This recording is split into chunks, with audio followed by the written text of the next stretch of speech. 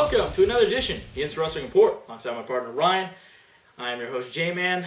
In this edition of the IWR, we're going to do our 2011 TNA Bound For Glory review, just getting off the air at the pay-per-view. Across the board, pretty consistent with a lot of these matches, but some of the outcomes and some of the reasoning for some of the things a little bit up in the air, and we'll get to those when we run down the card here. First matchup, we had the X Division Championship on the line when champion Austin Aries went up against Brian Kendrick. I really like this match. I maybe might overrate it a little bit more because I really enjoyed this, actually. I like the crowd was all over Austin Aries. Loved it. The crowd was super into this. This Philly crowd was so hot starting out, and everyone was just really into this match. And the last 3 to 4 minutes of this was great. I really liked it. Austin Aries looking good here, coming out clean, getting a clean win on this. One of probably my favorite things of this whole night was this, this win by Austin Aries. And like I said, this is a pretty good effort from both of them. Probably the best match they've had against each other, to me. Definitely a highlight of this card. Really some great stuff. It just felt like a classic, TNA opener to a pay-per-view, their X Division type thing. And, as we've said before, if this is going to be, with this title run from Austin Aries, if this is going to be the stuff we're going to be getting out of the X Division Championship, as we know it should be, it's going to be some great stuff. With these guys, as he said, these guys have some pretty good chemistry here, and it really had just kind of an indie type feel to it, the way this crowd was into it, and the guys that were in there, it made a lot of sense with that. Being in Philadelphia had a lot of ties back, with like the Ring of Honor type crowd, and really into this, and just thought it was a great way to start off the card.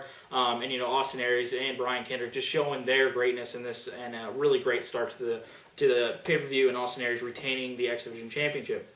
Next matchup, we had a Full Metal Mayhem match between Jarrett, Lynn, and RVD. Did not expect this one to be this early on the card, but this really played to that Philadelphia crowd, as a couple of these matches on this did really to that ECW kind of old school type crowd they really had there. Really just went out there and just had them a really quality type of hardcore match. Had some great spots, had a couple little botch things, but it's a Jarrett, Lynn, RVD match. You could expect that, but had some pretty tough bumps from RVD in there, getting the pile driver to the outside, but landing his head on just into that guardrail, just looked pretty nasty there. Yeah. But RVD getting the win with that the Van Terminator all the way from the corner, and 1-2-3 RVD getting the win in this matchup. Yeah, this one definitely one for a highlight package. There was some really good spots in here, and there was a couple of spots where I was like, oh man, but this overall was pretty good. I enjoyed this. This is what I pretty much expected.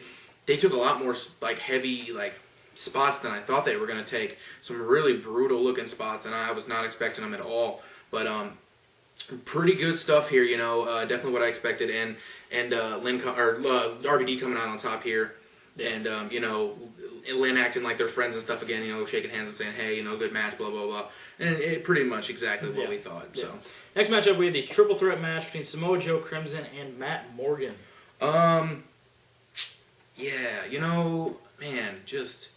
It's either it's one of two things. It's either they have no faith in Samoa Joe, they do not want to use him for anything other than getting other people over, or Samoa Joe doesn't care. He's okay with his position. He's okay with just letting people beat him and just making money. Which is I don't want to believe that, but could be the truth. Man, Crimson gets over on Joe here, clean again. What happened to just Samoa Joe just being undefeated and just not being able to get... What happened to Samoa Joe being Samoa Joe? Yeah, just not getting beat.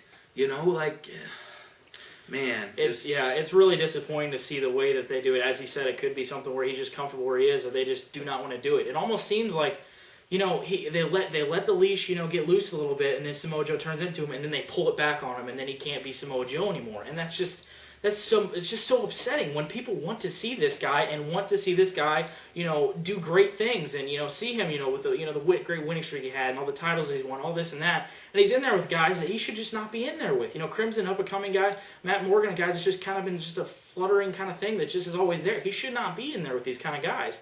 But Crimson getting the pin on Samoa Joe. Not shocking to see for sure. It'll be interesting to see how they end up going using Samoa Joe in the future, and Crimson and Morgan, see how they go to that. But Crimson getting the win in the triple threat match. Next matchup, we had a Falls Count Anywhere Philadelphia street fight between Bully Ray and Mr. Anderson. A lot along the lines of the Full Metal Mayhem match, really playing to that kind of hardcore atmosphere that really lies in Philadelphia. And, there was some really good stuff in this. They were all over the place, going to the back with that, backstage pile driver on the concrete, with the absolutely nasty just guardrail spots they used with the, Anderson doing the flip dive, hitting his back of his head on that, and the bully or the bubble bomb through the table and all this kind of stuff. And kind of, it was almost like we're like, holy crap, this is, and then he just that table spot where he kind of overshot himself on the senton there, but then throwing him through it. Mr. Anderson getting the win there in a pretty entertaining matchup. Yeah, this surprised me. It was one of the least matches I was looking forward to. Yeah. And it definitely came out and surprised me here. Had a really good, street fight brawl type match here. I wasn't sure if these guys were willing to take some of the spots. Anderson took some just absolutely disgusting spots, and so did Bully Ray. I was not expecting this to be as good as it was. This was one of the better matches on the card, and that's really sad to say that, but it was, and it was pretty good stuff. Like he said, the pile driver spot in the back, I was like, no, they're not going to do that, and then they did. And it was interesting. It was pretty good. Yeah. I'm not ashamed to say that. Yeah. Next matchup, we had the 4-way match for the Knockouts title, and then interjecting herself into this with the special referee of Karen Jarrett. We had champion winner versus Velvet Sky, Madison, Rayne, and Mickie James. This was kind of more of a four-corner survival type thing. It was two girls in the ring at one time, and you got tagged in. Yeah. Karen playing it up to, she wouldn't count a pin for Mickie or Velvet, playing along with Madison and all this and all that. And then Winter went to drink a vial of whatever that kind of fake consistency of blood is. Bat blood. Whatever it is. And goes to spit it in Mickie James' face and then spits it right in Karen's face. Tracy comes out and, Velvet hits the underhook, whatever. Her attempt at the Angel's Wings. I'd let her do it to me. Man. But I don't even know who it was on. It doesn't matter. It doesn't matter. Velvet Sky won the match. She won the Knockouts title. We thought like that was going to happen. That's the only thing that really comes out of this matchup. Just good moment. Kind of a mess here with the Knockouts. It is good to see Velvet, get her opportunity at the Knockouts Championship. With all this stuff going on with Karen controlling all of the knockouts and everything, all the stuff she's doing, Tracy, just kind of a big mess here. But it'll be interesting to see Velvet go on there. Just really nothing too special here, but Velvet, the new Knockouts champion.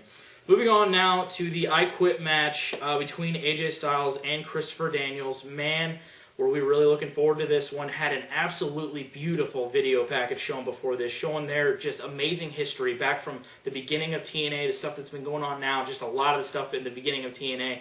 Really great package. Probably one of the best in TNA in a long, long time. Really one of the best in all of wrestling this year for sure. Getting in the matchup here, these guys just flow, man. These guys are really just artists when they get out there, and they can really have such great chemistry and can go out there and just do basically whatever they want and can make it great. And finally, having the spots on here, the kind of hardcore type whatever spots you want to do in an I Quit match you see here. And Daniels ended up using a screwdriver and then finally having AJ get on top and go for the screwdriver shot at Daniels, and Daniels just, I quit.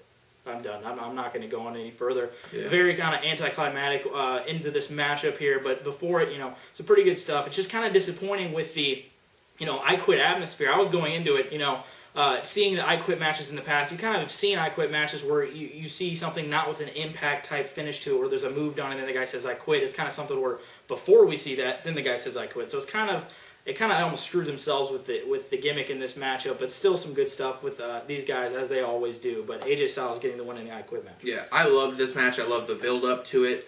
I love the storytelling in it. It was good. The match itself was good. And then out of nowhere, it just ended just like that, and Daniel's playing that cowardly heel, running off AJ. Wendy, I'm going to murder him. Yeah, Wendy, I'm going to murder him. That's awesome. You might want to turn the TV off right now. And the crowd didn't think it was great. This stuff was genius. Yeah, I thought the storytelling for this was good. I liked it. And Daniel's saying I quit, running off, and then AJ up at the front of the stage, and him coming out and giving the Angel's Wing on the stage, saying I didn't lose, I didn't, blah blah blah. Continuing this, which ought to be some good stuff. Which is great. Yeah. But the way that ended, it was just left a sour taste in my mouth. But it's still, the match itself was good, and like you said, the video package was by far one of my favorite ones this year. Other than maybe the Miz one at WrestleMania. Those two packages were very, very good setting up for this. Awesome stuff. Showed shades of TNA's past with their great video packages they've shown back a couple years ago. Moving on now to a segment they had in the ring that should have been saved for an Impact, in our opinions, with Jarrett and Jeff Hardy, basically saying that Jeff Jarrett did not want Jeff Hardy in the company anymore, in a big scrumble that really just should not have been on their biggest pay-per-view of the year. And we'll get on to things that should not have happened on your biggest pay-per-view of the year, but that is one of them that should have been saved for an Impact there, definitely. For that one. Now moving on, if you wanted to see the greatness there, we're going to move on to this one for the fight, whatever you want to say, for Control of TNA between Sting and Hulk Hogan. They say it's a fight, but they actually attempted to wrestle in this matchup, which is very interesting. And having those guys get in there and just having about a, 7 or so minute match. Who knows how long it was. Sting putting the Scorpion Deathlock on him and making Hulk Hogan tap out. Like we said, something that we just didn't need to see. And if we didn't need to see any more of that, we got the crazy shenanigans that went on after the match. I'm going to give this match a 1 star for no botching. There was not that we saw for sure. Oh yeah. That we saw. I might have. We could have blinked and saw something. Yeah, terrible. but I might have looked away for a quick second, and there might have been a botch. But from what I remember seeing of this, there wasn't any botches, so it gets 1 star. Now, everything that happened after this, I'm going to discount anything that happened afterwards because absolutely made no sense. Immortal came out, beat down Sting. They showed Abyss standing backstage, like looking over his shoulder to the ring, and then didn't do anything. Then they have Hogan, Sting, help me, Hogan, help me. Hogan turns face for no reason, for not a damn reason. Just turns face. The crowd marks out like little bitches, bitches. Marks out, and Hogan turns face, beats up Immortal, and then you have Hogan and Sting in the ring, covered in blood, and everyone's like, yeah! It was horrible. It was horrible. Yeah, no reason for Hogan There's to go. no underlying thing that we've seen in the past, anything that we've seen Hulk Hogan returning face. He goes in here just to, it's like, come on, people. Really, come on. We're done with that. We're not going to talk about that anymore. We're going to go on to the TNA World Heavyweight Championship match between champion Kurt Angle and Bobby Roode. This match itself was good and did not end like it should.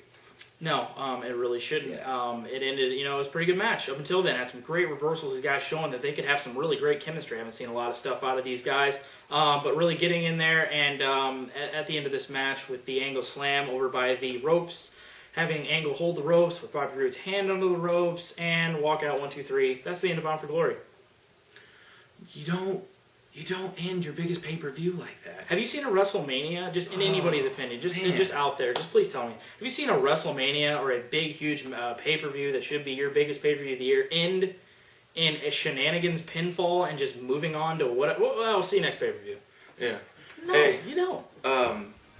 You want to go watch the Cardinals make it to the World Series? You know what? We're gonna go watch the Cardinals make it to the World Series. Yeah, because right now that's the only thing that's gonna make us happy. That's really all I care about. So we're gonna go watch the Brewers blow, and we're gonna say peace out. See ya. This is a battleground.